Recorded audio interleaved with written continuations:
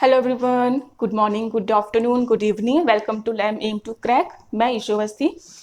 आज हम पढ़ने जाएंगे सीडीपी का बहुत इंपॉर्टेंट थ्योरीज में से एक थ्योरी है कॉग्निटिव डेवलपमेंट थ्योरी या cognitive theory of development, Jean प्याजे की। बहुत इंपॉर्टेंट थ्योरी है। आपके सीटेट के एग्जाम में क्वेश्चंस आते ही आते हैं। ठीक है, 3 थ्योरीज है, बैक टू बैक मैं 3 थ्योरीज कराऊंगी। उसमें से 3 नंबर का, 4 नंबर का और 5 नंबर के क्वेश्चंस जरूर आते हैं। तो आज हम 1 या 2 क्वेश्चन तो कवर कर ही लेंगे इसके थ्रू। ठीक है, तो जीन प्याजे है, जीन प्याजे की थ्योरी मैंने बताई आपको, कॉग्निटिव थ्योरी ऑफ डेवलपमेंट या कॉग्निटिव डेवलपमेंट थ्योरी। उसमें क्या है, जीन प्याजे के अकॉर्डिंग जो आपकी लर्निंग है वो आपके विकास से बढ़ती है। यानी डेवलपमेंट जो है it leads to learning. Development जैसे जैसे आपका विकास होगा, जैसे आपके बॉडी या शरीर का विकास होगा, वैसे वैसे आप सीखते चले जाएंगे। Development leads to learning, right. उसके बाद है कॉग्निटिव डेवलपमेंट जो है वो सीधे सीधे रिलेट कर जाती है एज से। जो कॉग्निटिव डेवलपमेंट है, आपकी संज्ञानात्मक विकास है, वो आपकी उम्र से संबंध रखता है। कैसे रखता है, क्यों रखता है, कॉजेज क्या है, कारण क्या है। 3 कॉजेज हैं। देखो यहाँ पर मैं हर चीज लिखूंगी नहीं, मैं जो बोलूंगी पॉज करके उसको लिख लेना, हिंदी में भी इंग्लिश में भी। पहला कॉज है इसका हेरिडिटी यानी बायोलॉजिकल मैचुरेशन, जो आपका जैविक परिपक्वता, ठीक है, और आनुवांशिकता, ये 2 चीजें हैं। यानी बायोलॉजिकल मैचुरेशन और हेरिडिटी। मेन कारण ये होता है जिसमें कॉग्निटिव डेवलपमेंट जो है वो सीधे उम्र के साथ यानी आपकी आयु के साथ रिलेट कर जाती है। संज्ञानात्मक विकास आयु के साथ होता है। तो पहला कॉज क्या है आपका, हेरिडिटी यानी आनुवांशिकता। दूसरी है आपकी बायोलॉजिकल मैचुरेशन, जैविक परिपक्वता। ठीक, दूसरा है आपका एक्टिविटीज विद फिजिकल वर्ल्ड, जो आपकी क्रियाएं हैं भौतिक संसार में, आपकी जो क्रियाएं हैं वो इस पे इफेक्ट कर जाती है, ये इसका कारण होती हैं। तीसरा है आपका सोशल इंटरेक्शन यानी सोशल एक्सपीरियंसेस, यानी जो आप समाज में जो आपके एक्सपीरियंसेस हैं, जो आप समाज में एक्सपीरियंस कर रहे हैं, उसके भी ये कॉजेज होते हैं, जिसकी वजह से संज्ञानात्मक जो विकास है वो आपका एज के साथ रिलेट कर जाता है, आयु के साथ रिलेट कर जाता है। तीसरा है इसका, ये जो जीन प्याजे है ये हेरिडिटी में बिलीव करते हैं, आनुवांशिकता जो होती है उसमें ये बिलीव करते हैं। इसकी वजह से इनको इनेटिस्ट बोला जाता है, यानी जन्मजात, ये इस पे बिलीव करते हैं।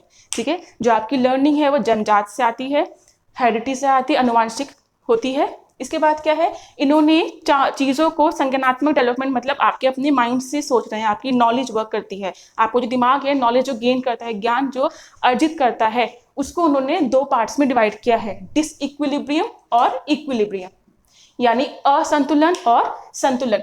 जो असंतुलन होता है, डिसइक्विलिब्रियम जो होता है, उसमें क्या होता है, आपको जो मेंटल स्टेट है वो कंफ्यूज माइंडेड में होता है, यानी कंफ्यूज होता है आपका मेंटल स्टेट। इसमें क्या होता है इक्विलिब्रियम में, इसमें आपका जो माइंड है, ठीक है, आपको जो माइंड है, मस्तिष्क जो है, उसके जो स्टेजेस हैं वो पूरा उसमें संतुलन आ जाता है।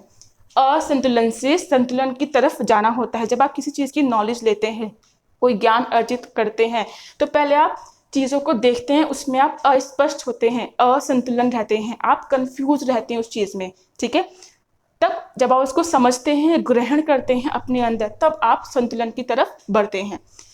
असंतुलन से यानी डिसइक्विलिब्रियम से इक्विलिब्रियम तक आने में एक प्रोसेस होता है, that is known as equilibration.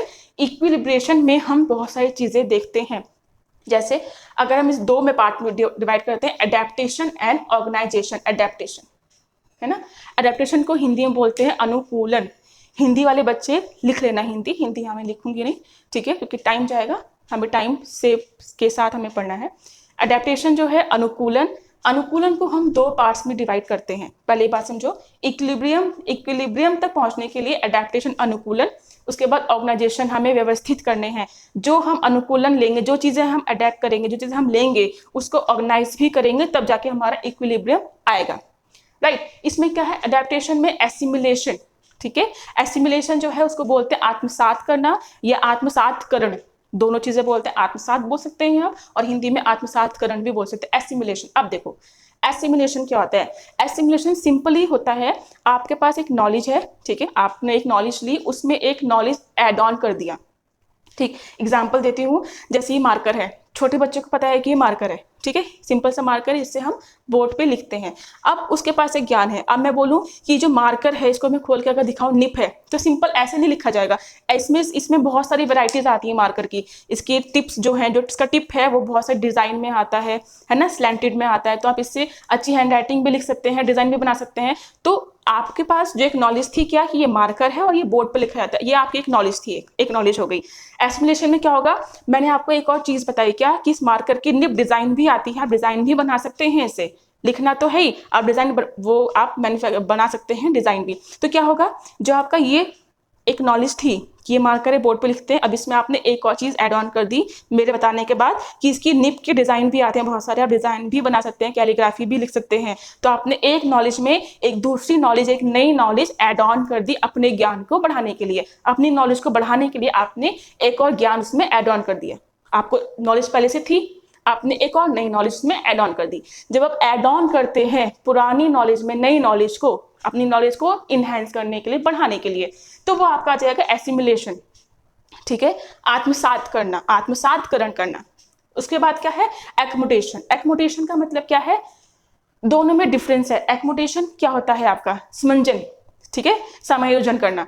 इसमें क्या है, आपके पास एक नॉलेज है, ठीक है, आपके पास एक नॉलेज है, अब आपने उस नॉलेज को रिमूव करके एक नई नॉलेज ली है। आपके पास जो ऑलरेडी एक नॉलेज थी वो गलत थी, आपने एक नई नॉलेज ली जो सही नॉलेज थी, है ना। अब जैसे ये क्या था, इसमें एक नॉलेज थी क्या कि खाली बोर्ड पे लिखते हैं, है ना।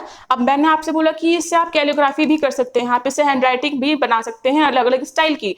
तो आपने क्या करा कि नहीं भाई, मेरी जो सोच है कि ये जो मार्कर है वो सिर्फ बोर्ड पे लिखा जाता है, आप वो जो सोच है वो मिटा के क्या करेंगे कि मार्कर है ये, इससे आप हैंडराइटिंग भी कर सकते हैं, इंप्रूव कर सकते हैं, इससे हैंडराइटिंग भी बनती है, बड़े बड़े बोर्ड्स पर आप अपनी हैंडराइटिंग अच्छी अच्छी लिख सकते हैं, अपनी हैंडराइटिंग जो है वेरिएशन में ला सकते हैं।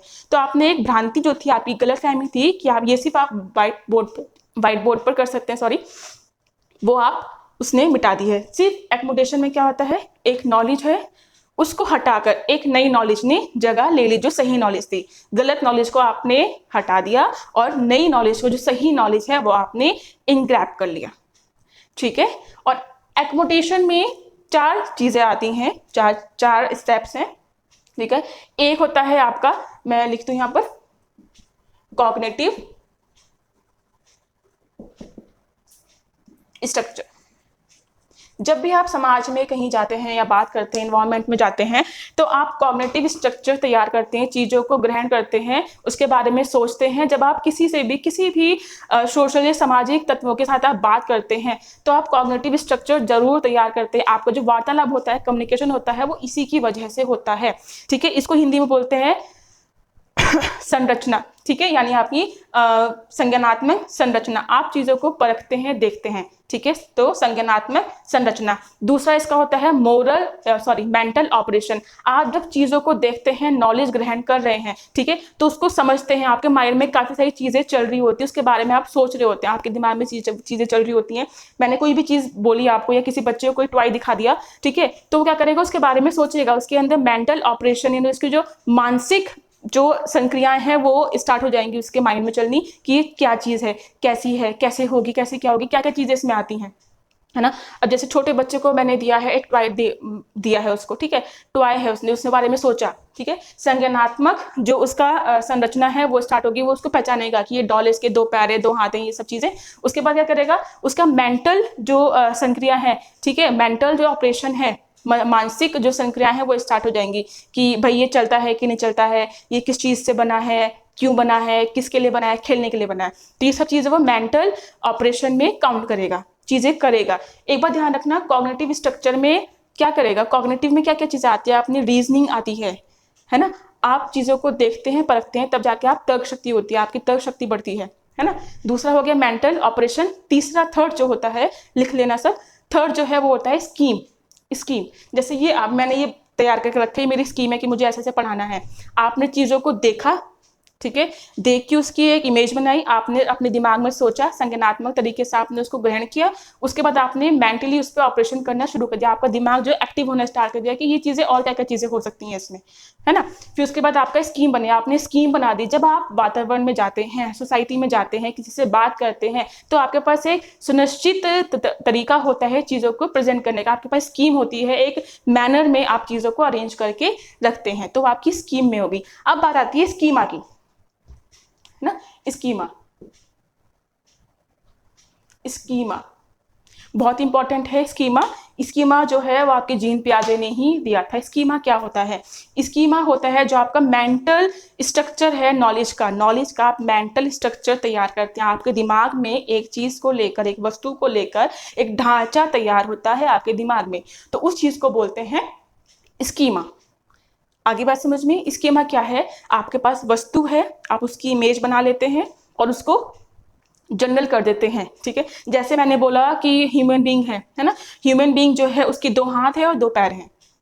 ह्यूमन बीइंग सांस लेता है, उसकी 2 आंखें हैं और स्ट्रेट रहता है, बैकबोन उसकी स्ट्रेट होती है। तो आपने एक स्कीमा बना लिया, तो जब भी कोई आपसे पूछेगा ह्यूमन बीइंग क्या है, तो आप एकदम से पता लगा लेंगे कि ये चीजें बताई थी। आपने एक पिक्चर तैयार, एक स्ट्रक्चर, एक ढांचा तैयार कर लिया है अपने दिमाग में कि जो स्कीमा है, ठीक है, जो ह्यूमन बीइंग है वो कैसा होगा, 2 हाथ, 2 पैर, 2 आंखें और स्ट्रेट बिल्कुल होता है, चलता स्ट्रेट है ना। तो ये स्कीमा आपने तैयार कर लिया है। अब स्कीमा में ऑर्गेनाइजेशन कैसे होगा?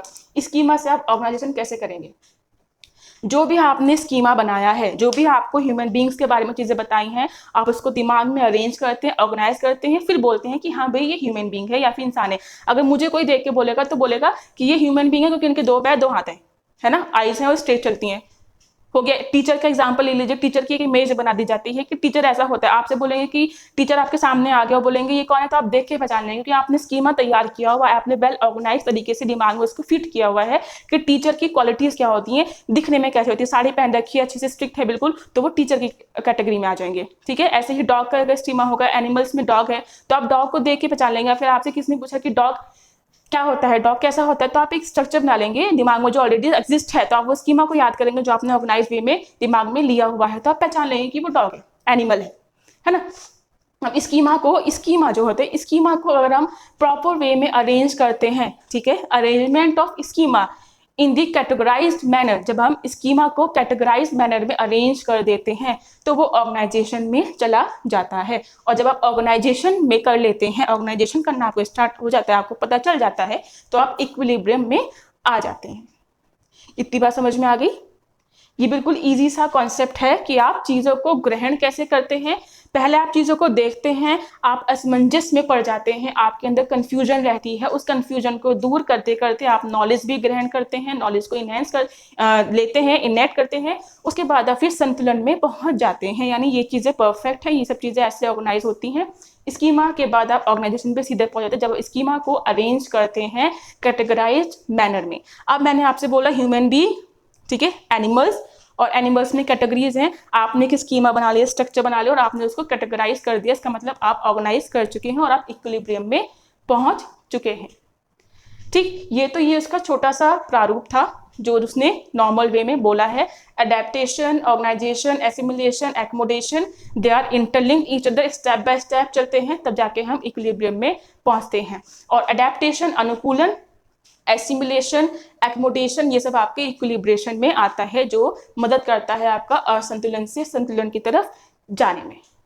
इसके बाद जो जीन पियाजे ने, अभी हमने पढ़ा कि डेवलपमेंट ऑफ लर्निंग में जो डेवलपमेंट है, जो लर्निंग में सहायता करता है ना, तो उसके अलग अलग स्टेजेस हैं, एजेस वाइज उसने बांटा है। जीन पियाजे की बहुत इंपॉर्टेंट थ्योरी है, लेवल्स हैं एजेस वाले, वो अभी हम करते हैं।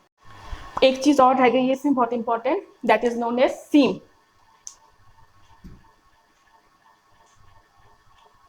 सीम, SEEM, सीम। इसका फुल फॉर्म क्या होता है, देखो जरा। एस मतलब होता है सोशल इंटरेक्शन, सोशल इंटरेक्शन लिख लेना, सोशल इंटरेक्शन। ई मतलब होता है आपका एक्सपीरियंसेस। सेकंड ई का मतलब होता है इक्विलिब्रेशन। एम का मतलब होता है आपका मैच्योरेशन। देखो इसको ऐसे याद करना, सी मतलब दिखाई देना, एस का मतलब होता है सोशल इंटरेक्शन। जब आप सोशल इंटरेक्शन करेंगे, है ना, सोशल इंटरेक्शन करेंगे। ई फॉर एक्सपीरियंसेस, जब आप सोशल इंटरेक्शन करेंगे आपको बहुत सारी चीजों का एक्सपीरियंस होगा, है ना, एक्सपीरियंस करेंगे आप। एक्सपीरियंस करेंगे तो आपका चीजों में इक्विलिब्रेशन आ जाएगा, आप संतुलन करना सीख जाएंगे चीजों को। उसके बाद आ जाएगा मैच्योरेशन, आप परिपक्व हो जाएंगे। एक दूसरे से इंटरलिंक्ड है, सोशल इंटरेक्शन से एक्सपीरियंस आएगा, एक्सपीरियंस से आप इक्विलिब्रेशन स्टेट पे पहुंच जाएंगे, इक्विलिब्रेशन से आप मैच्योर हो जाएंगे। तो ये ध्यान रखिएगा, सीम जहां भी ये 3-4 चीजें आए, सोशल इंटरेक्शन हो गया आपका, एक्सपीरियंस हो गया आपका, है ना, इक्विलिब्रेशन हो गया आपका, मैच्योरेशन हो गया, अगर कहीं भी ये वर्ड आते हैं तो सीधे आप जीन पियाजे पे टिक करेंगे। आगे बात समझ में? तो ये जो आपके हैं स्टेजेस हैं जीन पियाजे के, इसको बोलते हैं biological maturation stages of age, और आपको स्टेजेस ऑफ डेवलपमेंट, 4 स्टेजेस में जीन पियाजे ने इनको बांटा है। ठीक है, पहला है आपका सेंसरी मोटर। ठीक है, इसको हिंदी में बोलते हैं संवेदीय पेशीय अवस्था। संवेदीय पेशीय अवस्था, ये अवस्था जो होती है, ये जो स्टेज होता है, ये होता है आपका 0 से 2 वर्ष तक, है ना। और इसको इंग्लिश में दूसरा क्या नाम बोलते हैं, इन्फेंसी, शेष अवस्था, शैशव अवस्था, इन्फेंसी। उसके बाद आता है प्री ऑपरेशनल स्टेज, ये होती है आपकी 2 से 7 वर्ष तक, 2 से 7 वर्ष तक, इसको बोलते हैं अर्ली चाइल्डहुड स्टेज। तीसरा है आपका कॉन्क्रीट ऑपरेशनल, ये आपकी एज होती है आपकी 7 से 11 ईयर तक। और उसके बाद आता है लास्ट फॉर्मल ऑपरेशनल स्टेज, ये आपका होता है 11 से अब तक। ठीक, सेंसरी मोटर, पहली बात करते हैं हम सेंसरी मोटर की। हिंदी में मैंने बोल दिया है क्या होता है। ठीक है, जो ये वाली स्टेज है, इसमें 0 से 2 साल के बच्चे आते हैं। इसमें क्या क्या चीज़ें होती हैं, जब बच्चा बॉर्न होता है ना, और 2 साल तक उसमें क्या क्या चीज़ें आती हैं, उसके सेंसेस काम करने स्टार्ट कर देते हैं, वो सेंसेस को यूज़ करना स्टार्ट कर देते हैं, उनकी मसल्स डेवलप होनी स्टार्ट होती हैं, चलना सीखते, क्रॉलिंग करना सीखते हैं। रिफ्लेक्स एक्शन साइंस में होता है कि आपको कोई चीज़ पिंच करी है, आपको कोई चीज़ छुआ दी गई है, आपको उसका आभास हुआ दिमाग में जाके आपने उसके अकॉर्डिंग रिएक्ट किया है। फॉर सपोज मैं छोटे बच्चे का हाथ जो है गर्म पानी में छुआ दूँ बस खाली, तो क्या करेगा, वो आभास कर लेगा, वो उसको फील कर लेगा गर्म है और एकदम से हाथ बाहर कर लेगा, है ना। तो रिफ्लेक्स एक्शन स्टार्ट हो जाते हैं उसमें। इमिटेशन जो होती है, जो छोटा बच्चा होता है 2 साल तक, वो आप जो बोलते हैं, है ना, उसको रिपीट करना स्टार्ट कर देता है, बोलने की कोशिश करता है, और जो आप चीज़ें बोलेंगे वो इमिटेट करेगा, जो आप बोलोगे वो दोहराएगा, है ना। मम्मा पापा, जो ऐसे माँ सिखाती है, पापा सिखाते हैं, कुछ भी घर में 2 साल तक के बच्चों को जो चीज़ सिखाई जाती है वो इमिटेट करता है, आपकी चीज़ों को, आपकी बातों को दोहराता है, जो भी आप करते हैं उसको दोहराता है, चाहे वो आपके एक्शंस हो, चाहे वो आपके वर्ड्स हो। गोल ओरिएंटेड होता है भाई। जब बच्चा होता है 2 साल तक का, वो क्या करता है, खिलौने से खेलता है, उसका कोई पसंदीदा बॉल है, पसंदीदा कोई खिलौना है, उस पर वो अटक जाता है। अगर आप उससे छीन के, एक कमरे में बच्चा बैठा है, उससे आपने छीन के दूसरे कमरे में वो ऑब्जेक्ट रख दिया है, तो तुरंत वो क्रॉल करके वहाँ चला जाएगा। तो ऑब्जेक्ट ओरिएंटेड हो जाता है, वो ऑब्जेक्ट तो पहचानना शुरू कर देता है, और वो पहचानता है कि ऑब्जेक्ट ये मुझे, मेरी पसंद का है, मैं जाऊँगा वहाँ पर। तो जहाँ आप उस चीज़ को रख देंगे, भागते हुए वहाँ चला जाएगा। ठीक है, तो ऑब्जेक्ट परमानेंस आ जाता है, वो ऑब्जेक्ट्स को पहचानना स्टार्ट कर देता है। ऑब्जेक्ट परमानेंस सिंपल वही है, ऑब्जेक्ट की परमानेंस, जब वो ऑब्जेक्ट को पहचानना शुरू कर देगा, तो वो ऑब्जेक्ट जो है उस बच्चे के लिए गोल बन जाएगा, और वो उस गोल को अचीव करने के लिए चला जाएगा। आपने उससे बॉल ली, दूसरे रूम में रख दी, कहीं भी छुपा दी, वो वहाँ उसको लेने के लिए स्क्रॉल करके करते कैसे भी वो पहुँच ही जाएगा, लड़खड़ाते हुए, गिर पड़ते हुए पहुँच जाएगा। तो ये सब चीज़ें इस स्टेज में आती हैं। ठीक है, और इसको इन्फेंसी भी बोलते हैं। मैं साथ साथ क्वेश्चन बता दूं किस टाइप के आते हैं सीटेट में। आपको वो क्या करेगा, ये एग्जाम्पल्स दे देगा कि सेंसेस काम करते हैं, मसल्स स्टार्ट हो जाती हैं वर्क करना, आपके रिफ्लेक्स एक्शन स्टार्ट हो जाते हैं वर्क करना, गोल ओरिएंटेड हो जाता है, ऑब्जेक्ट परमानेंस आ जाती है। तो आप बताइए कि जीन पियाजे के अकॉर्डिंग ये जो चीज़ें हैं, ये जो एक्टिविटीज़ हैं, ठीक है, ये जो ज्ञान उसने प्राप्त किया है, ये कौन सी एज में आएगा। या तो वो सेंसरी मोटर बोल देगा, ठीक है, संवेदीय पेशी अवस्था हिंदी में लिख देगा, या तो वो एज दे देगा 0 से 2 साल तक की, या फिर वो इन्फेंसी लिख देगा। ठीक है, शैशव अवस्था। तो ये तो बात होगी आपकी सेंसरी मोटर की। दूसरा है आपका प्री ऑपरेशनल स्टेज। ठीक है, पूर्व संक्रियात्मक अवस्था। पूर्व संक्रियात्मक अवस्था, इसको 2 से 7 ईयर तक के बच्चों में काउंट करते हैं, ये इसमें आते हैं, 2 से 7 साल के जो बच्चे हैं इसमें आते हैं। उसके बाद इसको आप बोलते हैं अर्ली चाइल्डहुड स्टेज। ठीक है, अर्ली चाइल्डहुड स्टेज इसको भी बोलते हैं। इसमें क्या क्या चीज़ें आती हैं, इलॉजिकल थिंकिंग। ठीक है, इसको बोलते हैं एनिमीज अगर आता है तो आप इलॉजिकल थिंकिंग होंगे। जो लॉजिकल थिंकिंग है वो नहीं सोचेगा, जो इलॉजिकल है वो चीज़ें सोचेगा। जैसे अब आप फॉर एग्जाम्पल अगर मैं वही बात बोलूँगी कि उसको कुत्ता दे दिया है ना, टॉय दे दिया है, डॉगी दे दिया है, जो सॉफ्ट टॉय है वो, अब वो क्या करेगा, उसको खाना खिलाएगा, है ना, पानी पिलाएगा। उसको नहीं पता कि वो सॉफ्ट टॉय वाला कुत्ता है ना, वो खिलौना है, वो खा पी नहीं पाएगा, वो सिर्फ खिलौना है। तो इलॉजिकल थिंकिंग, जो लॉजिकल ना होके इलॉजिकल में पहुंच जाएगा कि ये खाना क्यों नहीं खा रहा है, ये बोलता क्यों नहीं है, ये और कुत्ते की तरह भौंक क्यों रहा है, बात क्यों नहीं कर रहा है। तो ये सब आपके इलॉजिकल थिंकिंग में आ जाएंगी, इसको बोलते हैं एनिमीज। ठीक है, इसको बोलते हैं एनिमीज। अगर इलॉजिकल थिंकिंग है तो it is known as animism. Centration का मतलब है एक चीज़ पर अटक जाएगा, उसको वही चीज़ चाहिए, जिद्दी हो जाता है। सेंट्रेशन मतलब जिद्दी होना। है ना। आपने उसको बोला, आपने उसको पैसे पकड़ा दिए 5 रुपये, अब उसको वो 5 रुपये ही चाहिए, भले आप उससे बोलो कि 10 रुपये ले लो, 2 रुपये ले लो, नहीं, उसको कम ज़्यादा का कुछ अंदाज़ा नहीं होगा उस चीज़ में, वो एक ही चीज़ पर अटक जाएगा, भले आप उससे उससे अच्छी चीज़ दें या फिर बुरी चीज़ दें, वो एक चीज़ पर अटक गया, ज़िद्दी हो गया, तो वो ज़िद्दी हो जाएगा, तो वो सेंट्रेशन में आ जाता है कि वो एक ही चीज़ पर सेंटर पर अटक जाएगा अगर। उसके बाद है ईगो सेंट्रिक। ईगो सेंट्रिक मतलब अपने आप में बात करता है, अहम केंद्रित हो जाता है, अपने आप में बर्बाद है। छोटे बच्चे जो होते हैं, जो 2 से 7 साल की बच्चे होते हैं, वो अपने आप में बात करते हैं, अरे ये क्या हो गया, मुझसे क्या हो गया, अरे नहीं, अरे ऐसे नहीं होगा, पापा क्या कर रहे हो, मम्मी क्या कर रहे हो, अपने आप में बोलते हैं, अपने आप से बोलते हैं कि उनको किसी की ज़रूरत नहीं है, अपने आप में खेलते रहते हैं। जब खेलते हैं मेनली तब वो करते हैं ऐसे कि अपने आप से बात करते रहते हैं कि ये डिब्बा यहाँ आना था, ये डिब्बा वहाँ आना था, है ना। तो वो ईगो सेंट्रिक में आ जाता है। इरिवर्सिबिलिटी, है ना, जो चीज़ें उन्होंने कर दी उसको वो रिवर्स नहीं कर सकते।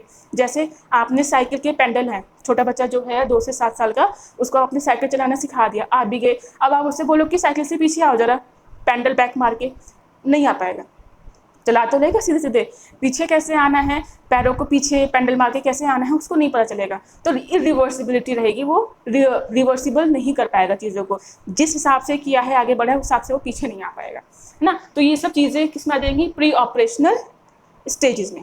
अब बात करते हैं कॉन्क्रीट ऑपरेशनल स्टेजेस में। इसमें क्या होता है, मूर्त संक्रियात्मक अवस्था। मूर्त संक्रियात्मक अवस्था, इसमें देखो नाम से ही पहचान लेना, कॉन्क्रीट, है ना, मूर्त, जो चीज़ें सामने दिखी हैं आपको, जो चीज़ें सामने रखी हैं उस पर वो लॉजिकल थिंकिंग करना स्टार्ट कर देगा।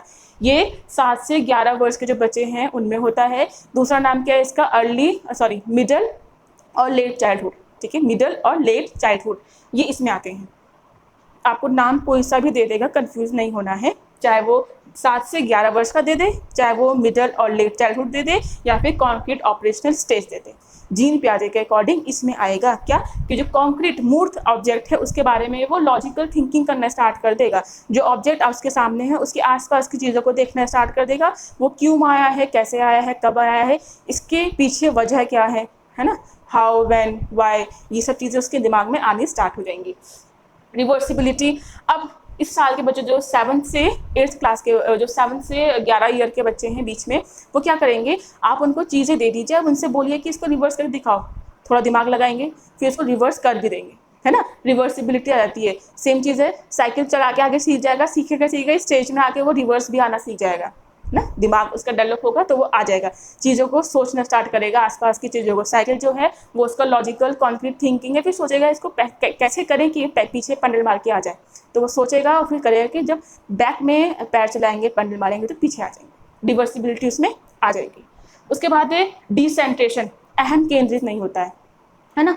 डिसेंट्रेशन, इसमें कहते हैं सेंट्रेशन था, है ना, एक चीज़ पर अटक गया, वो एक चीज़ पर नहीं अटकता है, वो उस चीज़ के आसपास की चीज़ों को भी देखता है ना, कि अगर ये चीज़ है तो इसके आसपास की चीज़ें। अब जैसे मैंने उसको बोला कि भाई तुम्हारे पास 10 रुपये हैं, है ना, 10 रुपये तुम मुझे दे दो, मैं तुम्हें उसको उसके बदले 15 रुपये दे दूंगा, तो वो सोचेगा कि कम है ज़्यादा, उसको पता चल जाएगा कि कम कौन सा है, ज़्यादा कौन सा है, 10 रुपये कम है और 15 रुपये ज़्यादा है, तो वो 10 रुपये मुझे दे देगा और 15 रुपये वापस ले लेगा, है ना। तो वो डिसेंट्रेशन, आसपास की चीज़ें देखेगा, जोड़ घटाना सीखेगा, कम ज़्यादा का अनुमान लगाना सीखेगा, जबकि इस स्टेज में वो ये सब नहीं करेगा, एक चीज़ पर अटक जाएगा, है ना। कंजर्वेशन हो जाएगा, चीज़ों को वास्ट एरिया में, डिफरेंट एरिया में सोचना स्टार्ट कर देगा। एक चीज़ ध्यान रखो, इसमें इंडक्टिव रीजनिंग आती है, ठीक है, आगमनात्मक जो आपकी तर्क शक्ति है वो इसमें आ जाती है इंडक्टिव रीजनिंग में। छोटे बच्चों पे अप्लाई होती है इंडक्टिव रीजनिंग, और बड़े बच्चों पे इंडक्टिव और डिडक्टिव दोनों होती है ना। तो इंडक्टिव रीजनिंग यानी आगमनात्मक जो तर्क शक्ति है वो इसमें आ जाएगी। CCS शॉर्टकट है, CCS यूनिवर्सिटी। तो CCS से ध्यान रखना, इसमें क्या है, जो पहला S है, C है, ये वाला C, है ना, लिख लेना। इसका मतलब होता है क्लासिफिकेशन, लिख देती हूँ मैं, क्लासिफिकेशन, है ना।